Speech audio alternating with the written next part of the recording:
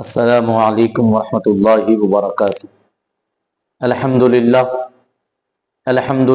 رب العالمین، والصلاة والسلام علی سید الانبیاء والمرسلین وعلی آلہ الطیبین الطاہرین واصحابہ الاکرمین اجمعین۔ فقد قال اللہ تعالی فی شأن حبیبہ الکریم: ان اللہ وملائکتہ یصلون علی النبی یا ایہا الذین آمنوا صلوا علیہ وسلموا تسلیما۔ اللہم صل علی سیدنا و مولانا محمد وعلی آلہ واصحابہ افضل صلواتک وعدد معلوماتک وبارک وسلم صلاۃ و سلاما علیک یا رسول اللہ صلی اللہ تعالی علیہ وسلم۔ محترم ناظرین کرام، بزم طلباء قدیم و محبان جامع نظامیہ جدہ کی جانب سے ہفتہ واری ہمارا یہ پروگرام درس ہشت بہشت و راہ سلوک کو تزکیہ نفس کے نام سے آپ کی خدمت میں پیش کیا جاتا ہے، جس میں کتاب ہشت بہشت سے جو کہ 8 کتابوں کا مجموعہ ہے، اس میں کی پہلی کتاب انیس الارواح سے ہم استفادہ کر رہے ہیں، اور یہ مبارک ملفوظات حضور خواجہ خواجگان حضرت خواجہ عثمان ہرونی رحمت اللہ تعالی علیہ کے بیان فرمودہ ہیں، اور ان مبارک ملفوظات کو جمع فرمایا ہے حضور خواجہ خواجگان حضرت خواجہ معین الدین حسن چشتی سنجری اجمیری غریب نواز رحمت اللہ تعالی علیہ نے۔ اس کتاب سے 20ویں مجلس کا ہم نے آغاز کیا تھا، اور انشاءاللہ العزیز آج اس کا اختتام بھی ہوگا، اور ممکن ہو تو 21ویں مجلس جو کہ بہت ہی مختصر ہے، اس 21ویں مجلس سے بھی ہم استفادہ کریں گے۔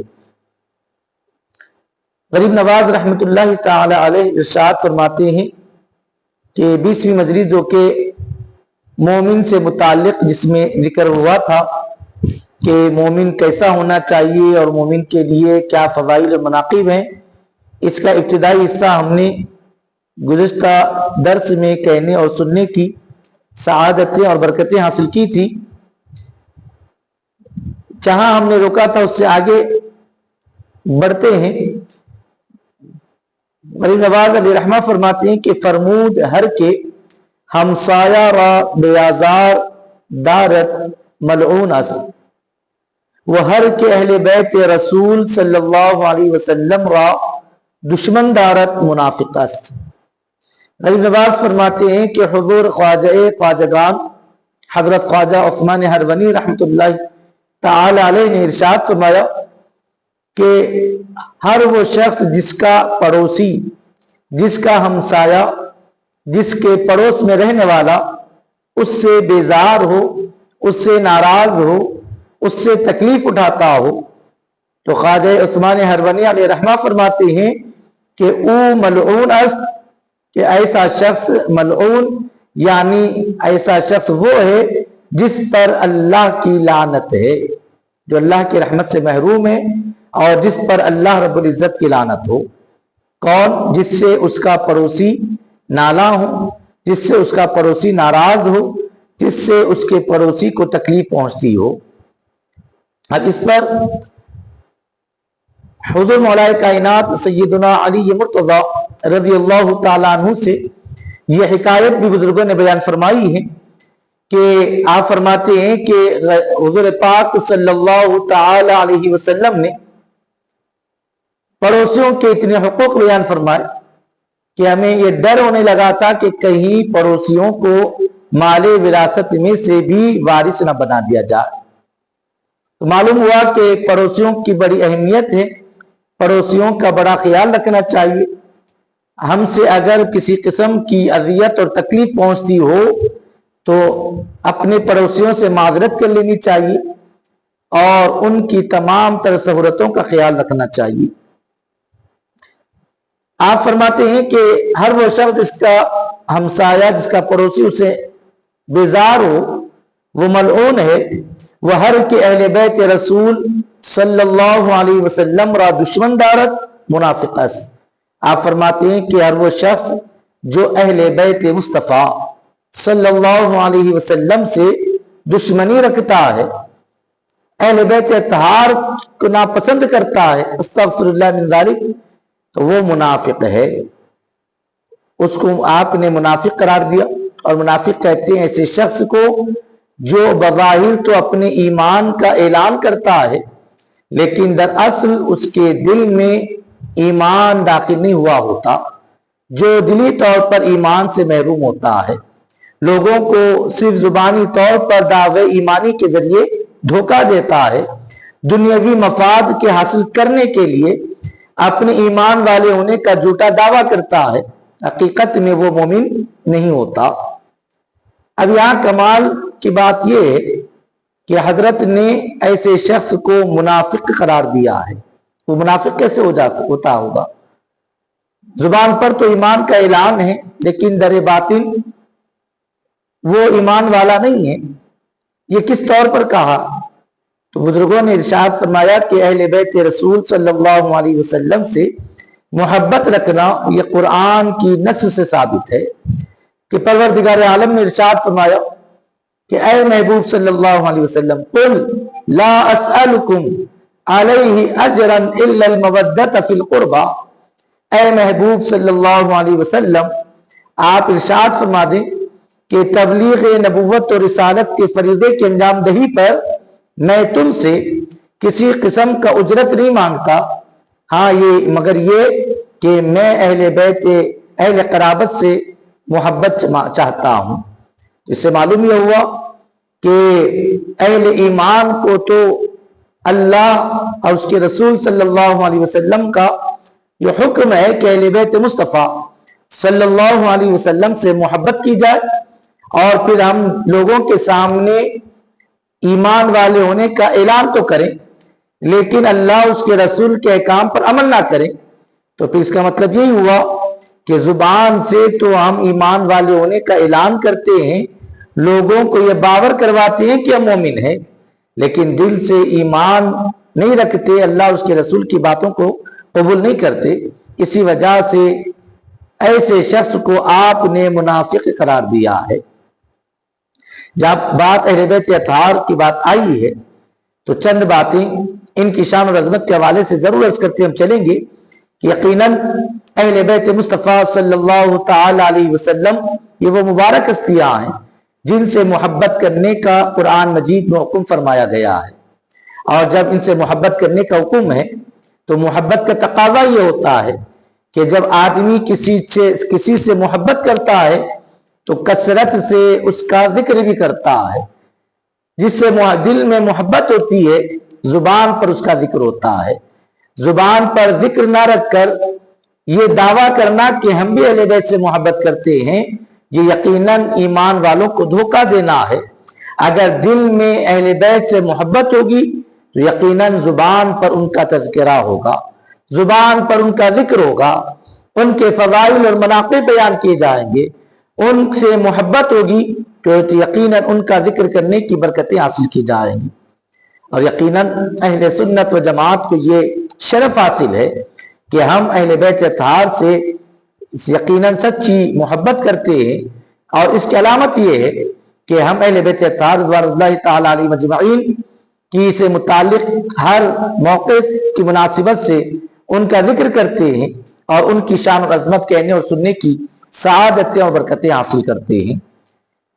مجموعی طور پر اہل بیت اطہار رضوان اللہ تعالی علیہ مجمعین کی جہاں تک شان اور عظمت کی بات ہے تو یہ حدیث پاک ہمارے لیے بہت ہی کافی ہے، جس میں آقا علیہ السلام نے ارشاد فرمایا کہ مثل اہل بیتی کسفینۃ نوح من رکبها نجا ومن تخلف عنها ہلک۔